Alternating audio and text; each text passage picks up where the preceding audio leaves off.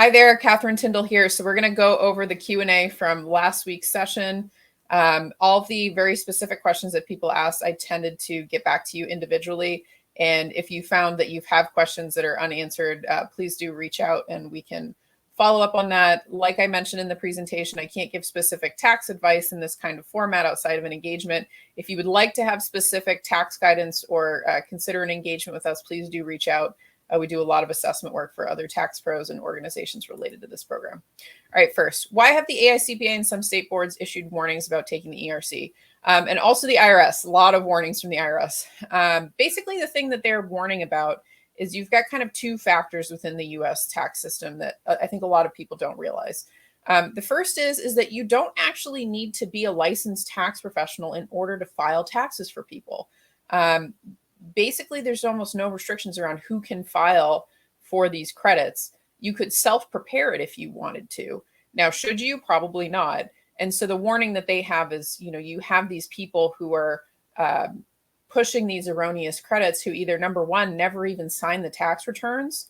I see that very commonly with weird claims that come across my desk, is that the person that did the initial claim work did not file the returns, did not sign the returns. They're basically like a phantom preparer. So you've got that situation. And then the second is, even for the ones that do, you have this really large enforcement gap with these kinds of programs. And the reason for that is, like with any kind of tax filing, basically the burden of proof is on you as the taxpayer. And when you sign tax returns, you're making the statement that you've reviewed the laws, that you've reviewed the numbers, and that what you're submitting to them is factually correct information, and that you're making that assertion as the taxpayer that what you're providing is correct information.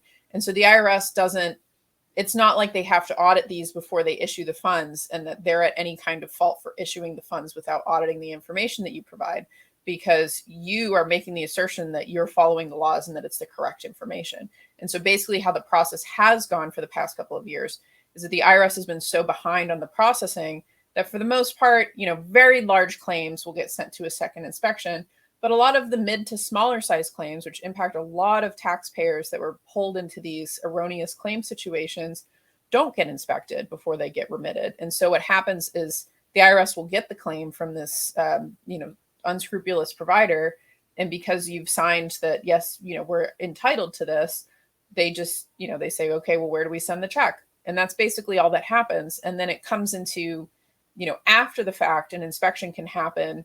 And because you signed and said that, I was authorized to take this money, they can then come and claw the money back. And that's the problem. It's really working with an unscrupulous tax provider.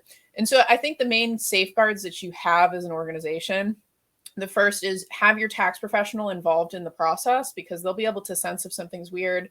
If you're dealing with a salesperson and not a tax professional, that's also very weird, because this is a technical tax issue. It's not a product that's sold.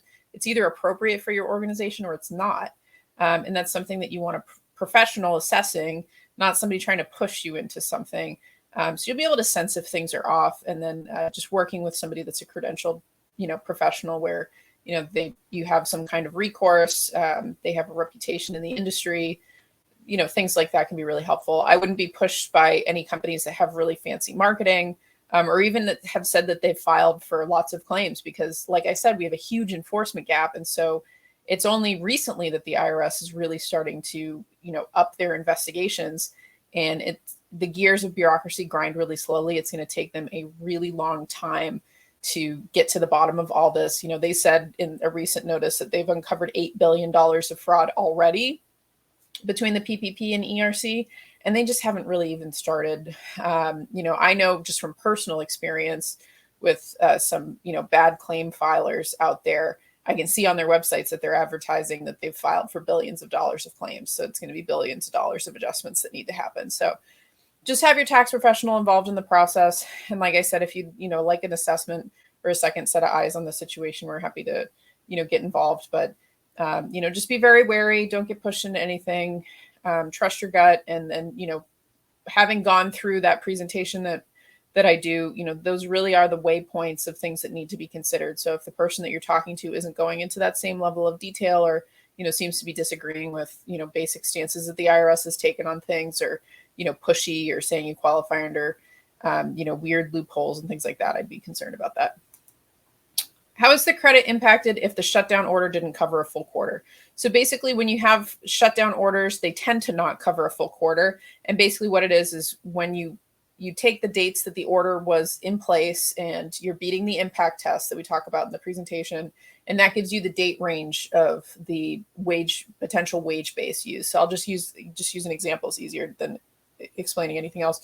So say you have all of 2020 is qualifying, so that's easy. But then the orders that are applying only go into the first month of Q1 21. So you would still do the filing for a Q1 21 941X, but the actual amount of wages that you can use, it's going to be restricted to that 1 month that the order was in place and that you were beating the impact test. And then you also need to do the rest of the steps I mentioned, like removing non-eligible wages, PPP interactions, things like that all need to be backed out. So even though you're filing on a quarterly tax return, the amount of credit that you're actually getting is only related to the wage base that's in that 1 month that was under the suspension order from the government. So that's how it's a little different. So does the government restriction order need to remain in place for each quarter you are filing for? So it's an either or test. So you look at each quarter and you start with the revenues because it's easier. And then if it's not passing under the revenues, then you look at government orders and see, okay, when did we have a qualifying government order? And are we meeting the impact test? Do we have enough data to support this? And then for that duration, that gives you the duration you qualify for. And then you can have the quarter behind it qualify on a revenue qualification, or you can have, I've actually seen this happen in some places in California where orders were in place, then orders were lifted, then orders were put back in place because the numbers got worse. And so you have, a couple months here, a break where there's no qualification, and then a couple more months under a government restriction. So it really depends on your situation, but you have to go through that testing protocol that I talk about in the presentation, where start with your revenues, then look at your government orders, look at each quarter independently, and it's either or. Once you pass one, you're good to go. Are there any softwares available to calculate the ERC? No, there are not anything commercially available that I'm aware of. If there are and you know about it, let me know, but I don't think that there's anything out there. And part of the reason is, the calculation itself is not that complex. It's really determining eligibility. That's the complex piece when you have qualification under non-revenue. So when you've got those government orders, because that is completely idiosyncratic to the organization. And that is the majority of where the work can get messed up. Because I was talking to somebody the other day, I was looking at work that somebody else had done. I said, these calculations look good. They look great. But they're saying you're eligible for something that you're a quarter that you're not eligible for. And that's going to swing your credit by 400,000. So that's where the errors happen. It's in the eligibility determination. And so a piece of software is not going to help you with that. Your best friend's Excel if you're going to try to do this on your own. But like I said, it gets very nuanced with some of the allocations, especially with PPP. So you got to watch out. If a nonprofit organization never applied for the ERC, can they still apply for the ERC? The answer is yes, you can. So you have until April 2024 for 2020 claims. You have until April of 2025 for 2021 claims. So you still have time to go back and apply for it. Now, the IRS is not currently processing claims until the end of the year, and then there's going to be significant delays. So when can you actually expect to get funds back? We don't know. Stay tuned. But yes, you can still apply for it. And if you are eligible for it, you should still apply for it, but we're waiting to get more information. Will all organizations be audited 100% of the time? What is the IRS stated in terms of percent pulled for audit and amount of credit claimed? My sense is that they're just getting started, and that this is going to be a years-long situation. And what I suspect is going to happen is they're going to do more of a practitioner by practitioner based inspections of these, because typically if you have somebody that's filing one bad supply chain qualification, they're filing a whole bunch of bad supply chain qualifications. So I expect that that's how they're going to tackle it. And then there's going to be a certain amount of random.